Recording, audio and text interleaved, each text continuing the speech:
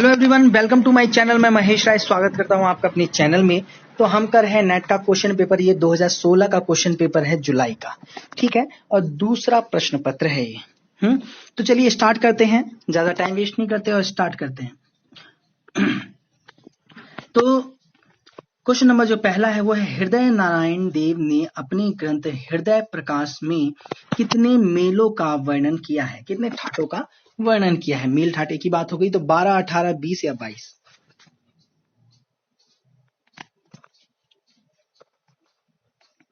इसका सही आंसर होगा ए 12, ठीक है। देखिए, हृदय नारायण देव ने हृदय प्रकाश ग्रंथ में 12 मेलों का वर्णन किया है। साथ ही वीणा पर स्वरों की स्थापना आहोबल के समान की है। इनका शुद्ध सप्तक काफी के समान है तथा जिसे भैरवी कहा गया है, ठीक है। इनका जो शुद्ध सप्तक है वो किसके समान है, काफी के समान है, लेकिन उसे जिसे भैरवी कहा गया तथा, लेकिन उन्हें क्या कहा है, भैरवी कहा है उसे, ठीक है। चलिए आगे चलते हैं। क्वेश्चन नंबर दूसरा, निम्नलिखित में से कौन सा सिंधी प्रकाश राग नहीं है, पूर्वी, यमन, भैरव या मारवा।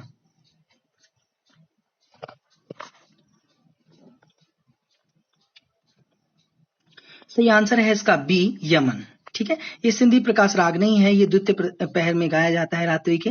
देखिए क्या है, राग यमन सिंधी प्रकाश राग की श्रेणी में नहीं आता है। बी आंसर इसका सही होगा। यमन कौन से ठाट का है, तो कल्याण ठाट का ये राग है। वादी ग संवादी नी जाति है इसकी संपूर्ण। गायन समय है रात्रि का प्रथम प्रहर है, ठीक है, द्वितीय प्रहर नहीं है, प्रथम प्रहर है, ठीक है। पूर्वी ठाट का राग है। वादी ग संवादी जाति इसकी है संपूर्ण। गायन समय दिन का अंतिम प्रहर है। हाँ, देखिए वादी इसमें लिखा है, संवादी नहीं लिखा है। गानी इसका वादी संवादी है, ठीक है। अंतिम प्रहर है। मारवा ठाट का राग है। वादी रे संवादी ध जाति साड़व है। गायन समय दिन का अंतिम प्रहर है। और जो भैरव है वो भैरवी ठाट का है। वादी ध संवादी रे है, जाति संपूर्ण है, और गायन समय प्रातः काल है, ठीक है। चलिए आगे चलते हैं। क्वेश्चन नंबर 3, मतंग रचित बृहदेशी में कितने अध्याय हैं, 9, 8, 7 या 6।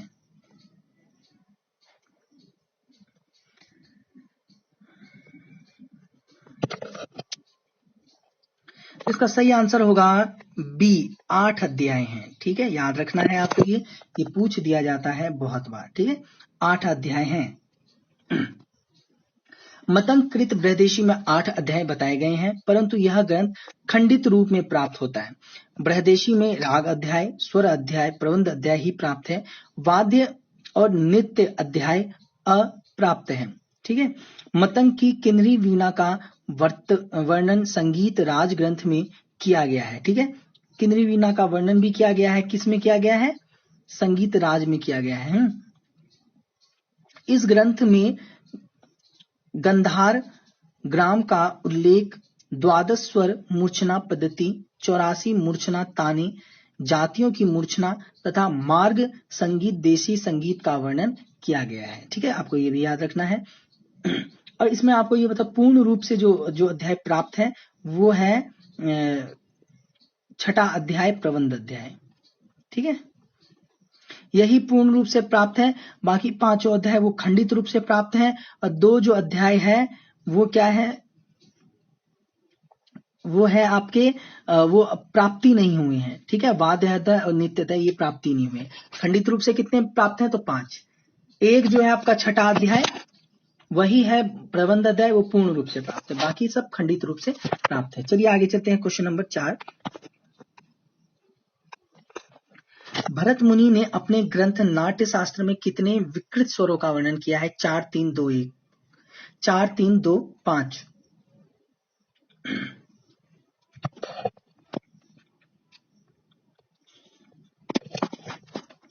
तो इसका सही आंसर है सी, 2, ठीक है। देखिए क्या है, भरत मुनि ने अपने ग्रंथ नाट्य शास्त्र में 2 विकृत स्वर माने हैं, अंतर्गंधार और काकली निषाद। भरत ने साधारण का वर्णन किया है ना, विकृत का वर्णन नहीं किया, साधारण का वर्णन उन्होंने किया है। तथा 14 मूर्छनाएं, 18 प्रकार की जातियों का वर्णन भी महर्षि ने किया है। कितनी मूर्छनाएं मानी? 14। किस आधार पे मानी? षड्ज ग्राम और मध्यम ग्राम के आधार पे। 18 प्रकार की जातियों इन्होंने मानी है और 4 गीतियां, रस तथा चित्रा, मतकोकिला आदि वीणाओं का भी वर्णन मिला है। चित्रा वीणा का वर्णन मिलता है, उसमें मतकोकिले का मिलता है, आदि वीणाओं का मिलता है और उसमें वर्णन। चलिए क्वेश्चन नंबर 5 की ओर चलते हैं। राग विज्ञान किसकी रचना है? पंडित भातखंडे, वीडी पलुस्कर, ओमकारनाथ ठाकुर, विनायक राव पटवर्धन।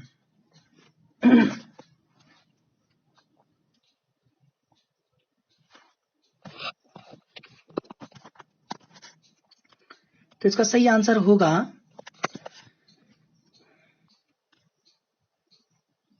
डी, राग विज्ञान विनायक राव पटवर्धन से a short historical survey of Indian music Pandit Bhatkhande से संगीत पुस्तक संगीत विशारद वीडी पलुस्कर, प्रणव भारती, ओमकारनाथ ठाकुर से संबंधित है। ठीक है, आपको ये याद रखना है, ऐसे पूछ दिया जाता है, किसी में भी पूछ दिया जाता है, इसलिए याद रखने योग्य है ये।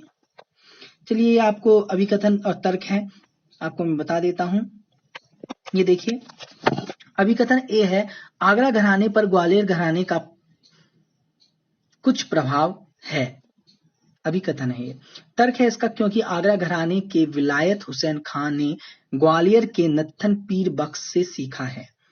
ठीक है, कुट है इसका, ए आर दोनों सही है, ए आर दोनों गलत है, ए सही है आर गलत है, ए गलत है और परंतु आर सही है।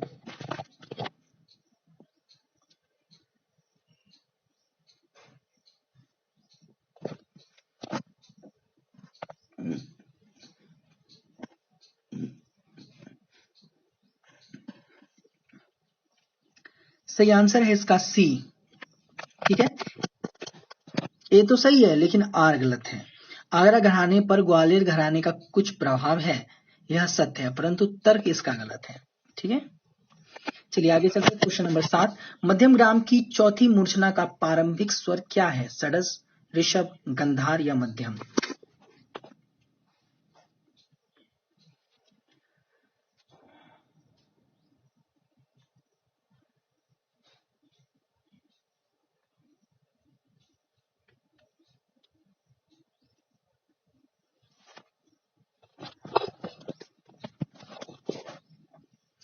सही आंसर है इसका ए, षड्ज। मध्यम ग्राम की चौथी मूर्छना षड्ज को माना गया है। इसकी पहली मूर्छना मध्यम, दूसरी गंधार, तीसरी मूर्छना ऋषभ, पांचवी निषाद, छठी मूर्छना दैवत, सातवीं मूर्छना पंचम है। ठीक है, ये आंसर इसका सही होगा।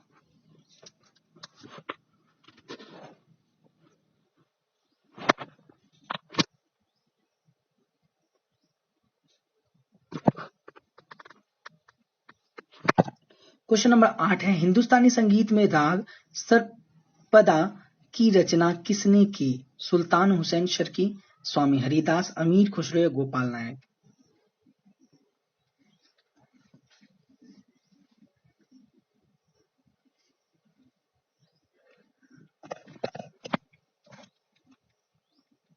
सही आंसर है इसका सी, अमीर खुसरो ने की है, इसका आंसर सी होगा। ठीक है, ठीक है, अमीर खुसरो ने सरपदा नामक राग की रचना की है। इसके द्वारा निर्मित अन्य राग साजगिरी, तीन शाख इत्यादि भी हैं। क्वेश्चन नंबर 9 है, वाजिद अली शाह की रचनाओं में उनका उपनाम क्या है? वाजिद पिया, अहमद पिया, इनायत पिया या अख्तर पिया?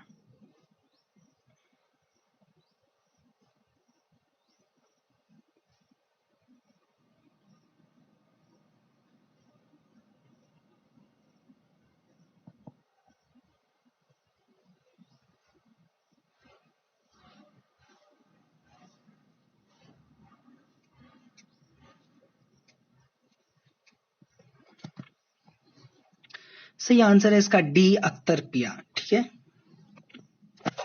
वाजिद अली शाह का उपनाम अख्तर पिया है। लखनऊ के नवाब वाजिद अली शाह 1822 ईस्वी में इनका जन्म हुआ, 1877 में इनकी मृत्यु। ये एक उच्च कोटि के नर्तक संगीत रचयिता तथा परम रसिक संगीत प्रेमी थे। उन्होंने अपनी संगीत रचनाएं अख्तर पिया के नाम से उपनाम से की थी, जिनमें से जब छोड़ चले लखनऊ, बाबुल मोरा नैहर छूटो जाए आदि ठुमरियां प्रचलित हैं। ठीक है, और इसमें ये जो है ना, ये बाबुल मोरा नैहर छूटो जाए, ये बहुत बार पूछा जाता है नेट के एग्जाम में। ठीक है, तो इसके रचयिता कौन है? तो वाजिद पिया। ठीक है, इसे हम क्या क्या सॉरी अख्तर पिया, गलत हो गया ये। इसके कौन है रचयिता? इसके बाबुल मोरा नैहर छूटो जाए तो अख्तर पिया है। ठीक है, उनका पूरा नाम क्या है? वाजिद अली शाह। ठीक है, ये याद रखना है। आगे चलते हैं क्वेश्चन नंबर 10। क्वेश्चन नंबर 10 है, उसमें सम्मिलित करना है, मिलान है, सूची 1 सूची 2 है, कोट आपके सामने है, देखिए और बताइए।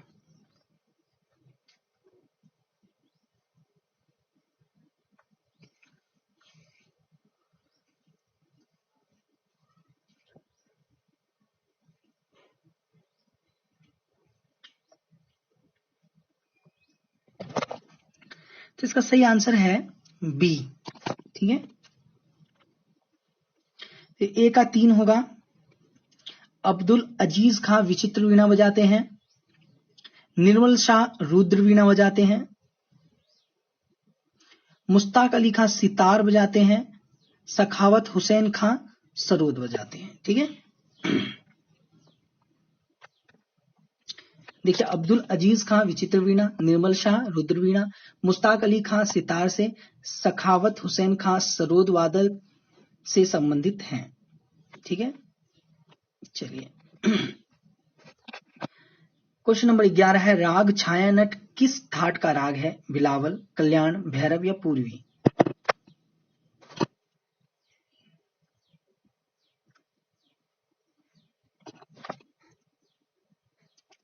सही आंसर है इसका बी, कल्याण से। ठीक है,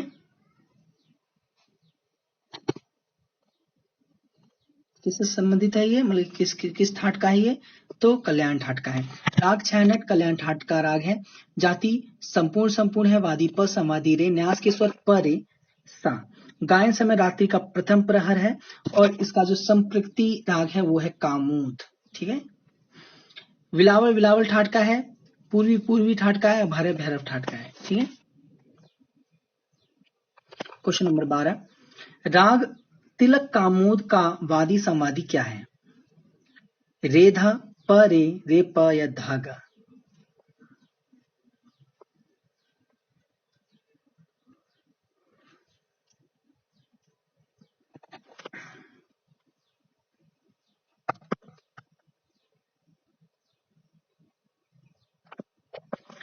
तो इसका सही आंसर होगा सी, रेपा। ठीक है, देखिए रेपा तिलक कामोद का वादी समाधि है। तिलक कामोद खमास ठाट का राग है। जाति साड़व संपूर्ण, न्यास के स्वर सा ग प, गायन समय रात्रि का दूसरा प्रहर। संप्रकृतिक राग जो है इसका वो देश है। ठीक है, क्वेश्चन नंबर 13, जयदेव ने अपने ग्रंथ गीत गोविंद में किसका वर्णन किया? अष्टपदी, टप्पा, ठुमरी, हवेली, संगीत इत्यादि, बताइए।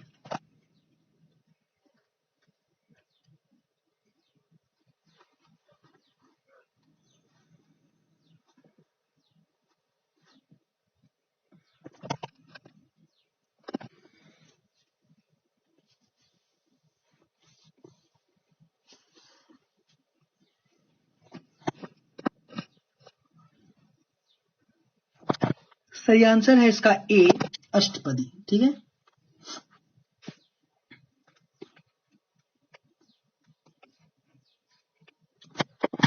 जयदेव ने अपने ग्रंथ गीत गोविंद में अष्टपदी के बारे में वर्णन किया है। 12वीं शताब्दी के उत्तरार्ध में गीत गोविंद नामक संस्कृत में लिखा गया था। गीत गोविंद में राधा कृष्ण संबंधी प्रबंध गीत के बारे में बताया गया है। ठीक है, चलिए आगे चलते हैं। क्वेश्चन नंबर 14 है, नामित किसका प्रकार है? कर्ण, मीड, गमक, काकू?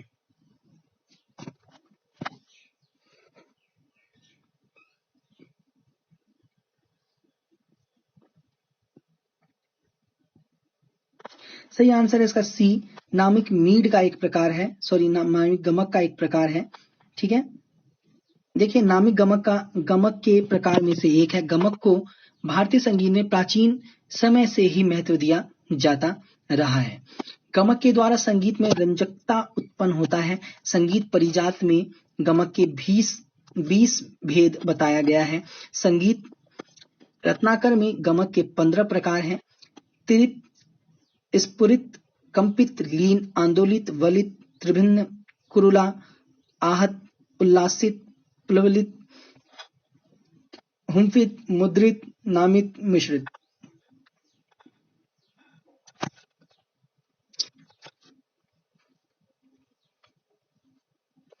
क्वेश्चन नंबर 15 है, षड्ज में अर्षभी जाति का संबंध किस मूर्छना से है? दैवत मूर्छना से, गंधारित मूर्छना से, मध्यम मूर्छना से या पंचम मूर्छना से?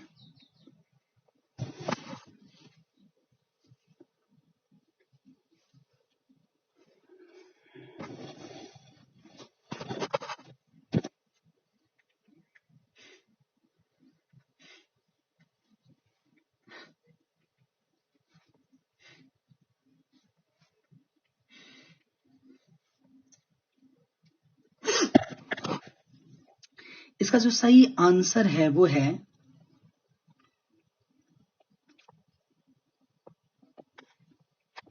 डी, पंचमादि मूर्छना से। ठीक है, षड्ज ग्राम में अर्षभी जाति का संबंध पंचमादि मूर्छना से संबंधित ये है। ठीक है, तो ये थे आज के हमारे 15 प्रश्न। आइए 2016 का क्वेश्चन पेपर है। मुझे उम्मीद है आप सभी को अच्छा लग रहा है तो चैनल को सब्सक्राइब कीजिए, लाइक कीजिए, बेल आइकन को प्रेस कीजिए। कोई भी प्रॉब्लम होता है तो कमेंट करके आप पूछ सकते हैं। बाकी हमारा टेलीग्राम है, टेलीग्राम से आप जुड़ना चाहते हैं तो जुड़ सकते हैं। उसका मैंने लिंक डिस्क्रिप्शन में दे रखा है। टेलीग्राम का नाम है ऑल म्यूजिक एग्जाम। ठीक है, और जितनी भी चीजें होती है यहाँ पे मैं डालता रहता हूँ। बाकी आपको एक चीज जरूर करना है, वो पता है ना आपको क्या करना है? वो है आपको शेयर जरूर करना है।